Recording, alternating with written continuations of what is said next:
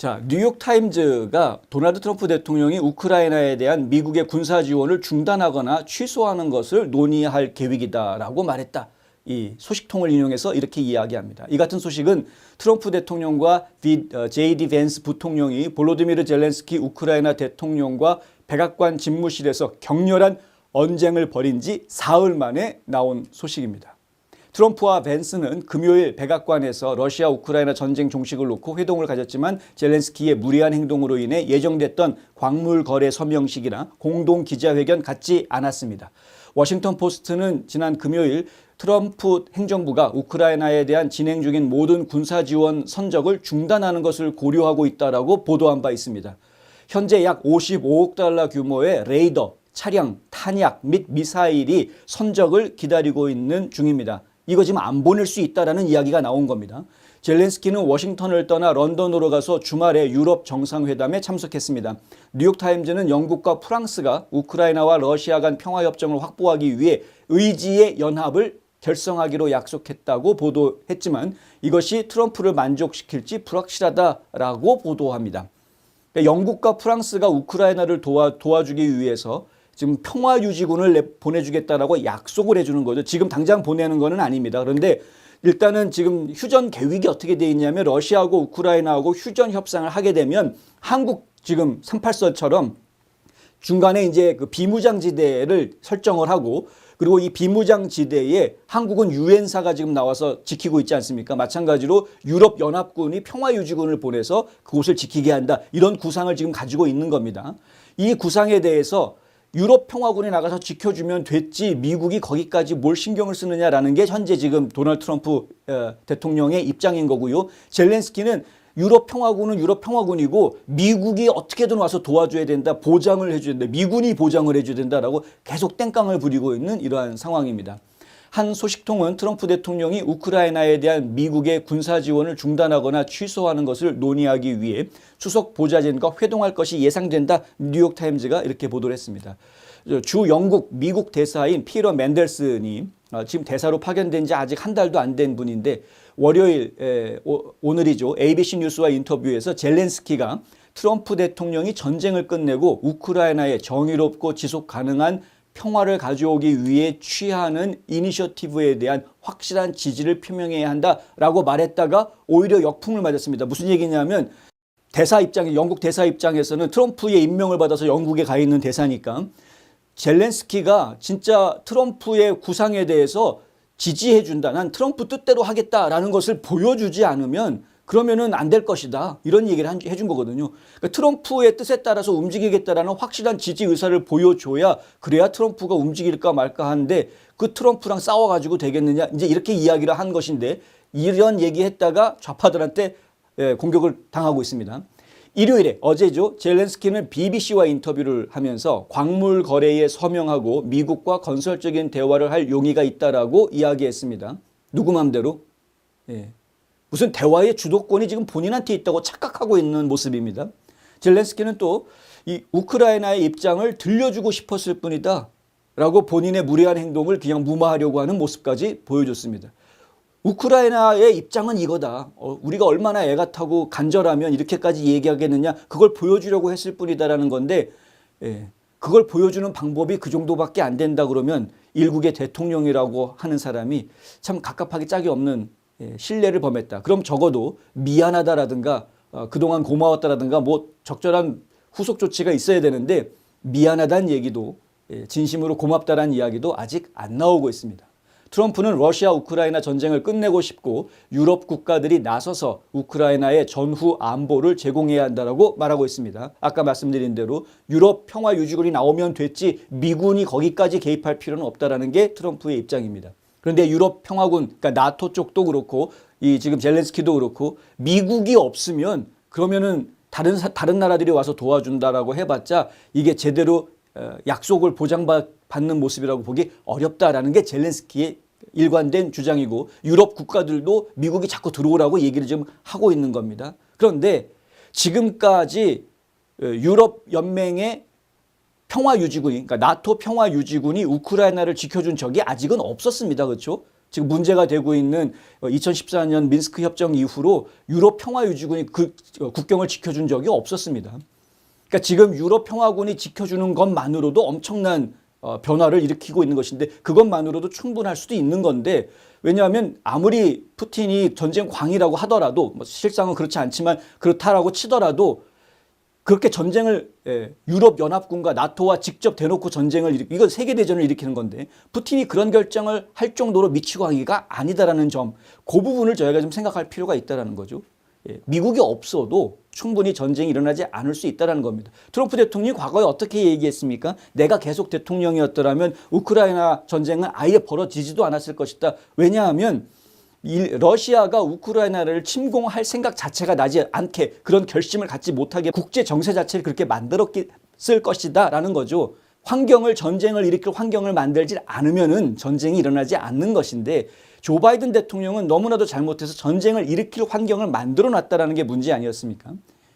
어쨌든 일요일 정상회담을 마치고 나오면서 키어 스타머 영국 총리는 모든 국가가 기여할 수 있는 것은 아닐 것이다 라면서 유럽이 무거운 짐을 들 준비가 돼 있다는 신호를 트럼프에게 보내기에 충분한 지원이 있을 것이다 라고 말했습니다. 이것도 뉴욕타임스가 보도한 내용입니다. 현재 유럽에서 우크라이나 전선에다가 군대를 파견할 수 있다라고 할 수 있는 나라는 기껏해야 영국, 프랑스, 메이비 독일 정도입니다. 자, 근데 독일은 지금 파병이 현실적으로 불가능하다시피 하고요.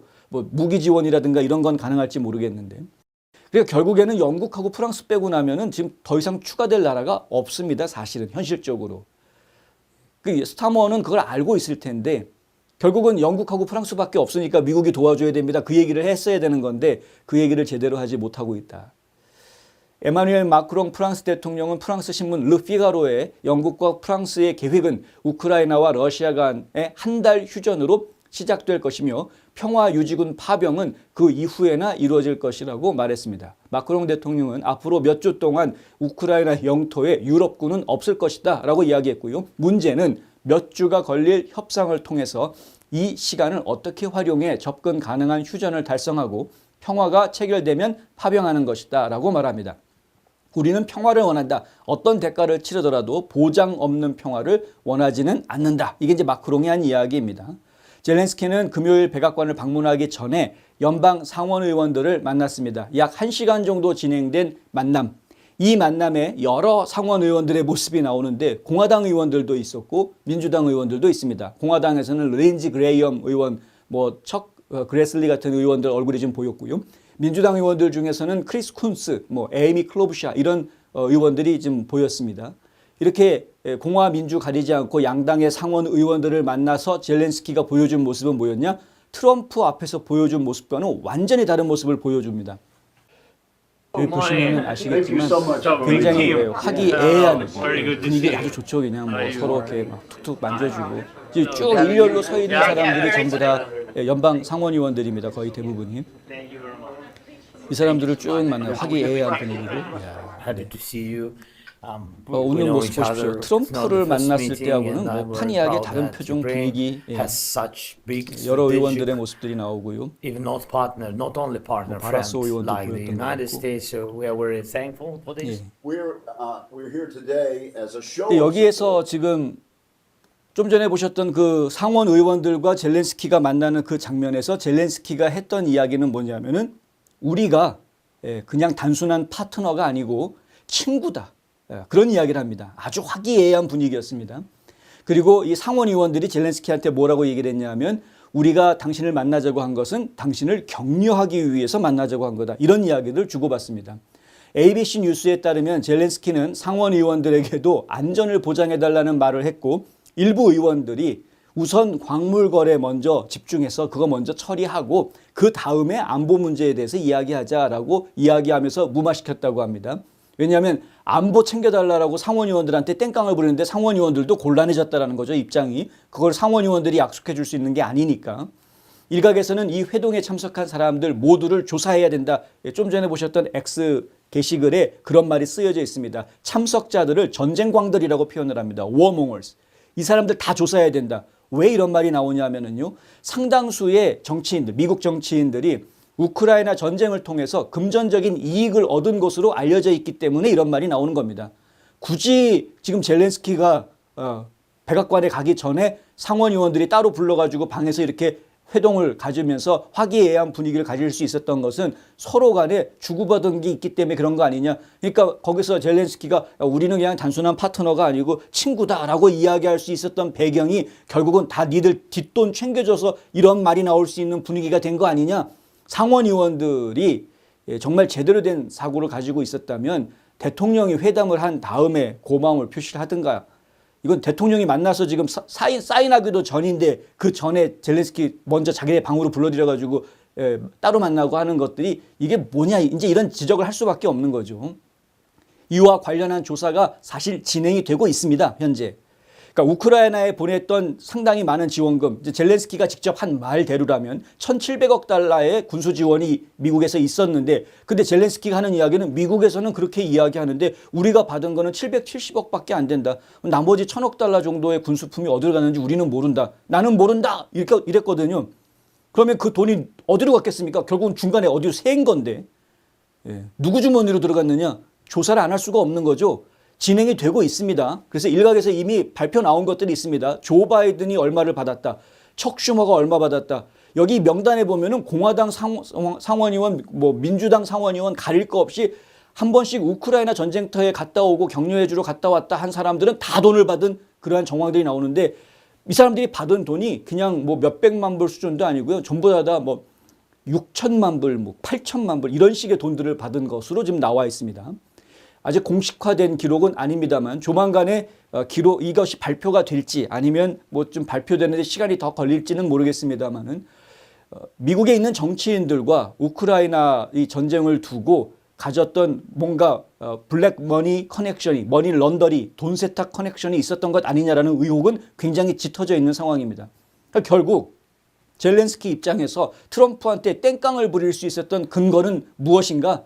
아무리 생각해봐도 이해 안 되는 땡깡을 부렸는데 그 이유가 무엇이었는가? 결국은 부패한 미국 정치인들한테 먹여준 돈이 있으니까 그걸 약점이라고 생각하고 내가 약점을 쥐고 있으니까 대화의 주도권은 나한테 있다라고 착각하고 있는 것 아닐까? 저희가 추정해 볼 수 있는 거죠. 이건 이제 합리적인 의심이라고 말씀드릴 수 있겠습니다. 그리고 나서 트럼프하고 판 깨놓고서는 바로 유럽에 가가지고 유럽 사람들한테 도움을 청하는, 유럽 사람들은 도와주려고 하죠.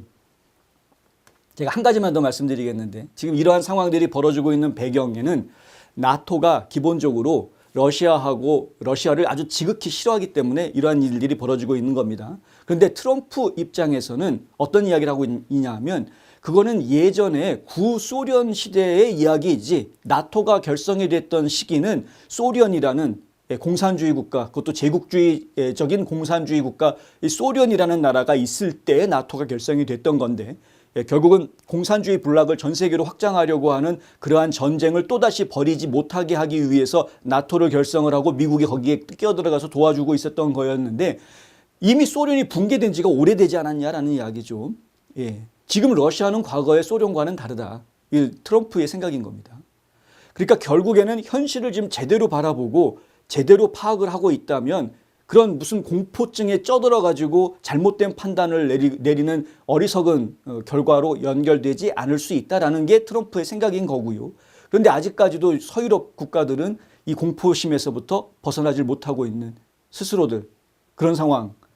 그래서 지금 스스로가 이 유럽 연맹이 스스로가 자신들의 국경을 지킬 수 있는 힘이 사실은 충분히 있음에도 불구하고 어떻게 해서든 미국한테 이익을 취하려고 하는 그러한 모습을 보여주고 있는, 사실은 미국은 이걸 도와줘서 얻는 것이 너무나도 없습니다. 지금까지는 적어도 없었습니다. 그러면 좋다. 미국 입장에서 실질적인 금전적 이익이 없다고 하더라도 그러면 명분이라도 분명하게 있으면 도와줄 수 있는 거 아닙니까? 명분이 있으면.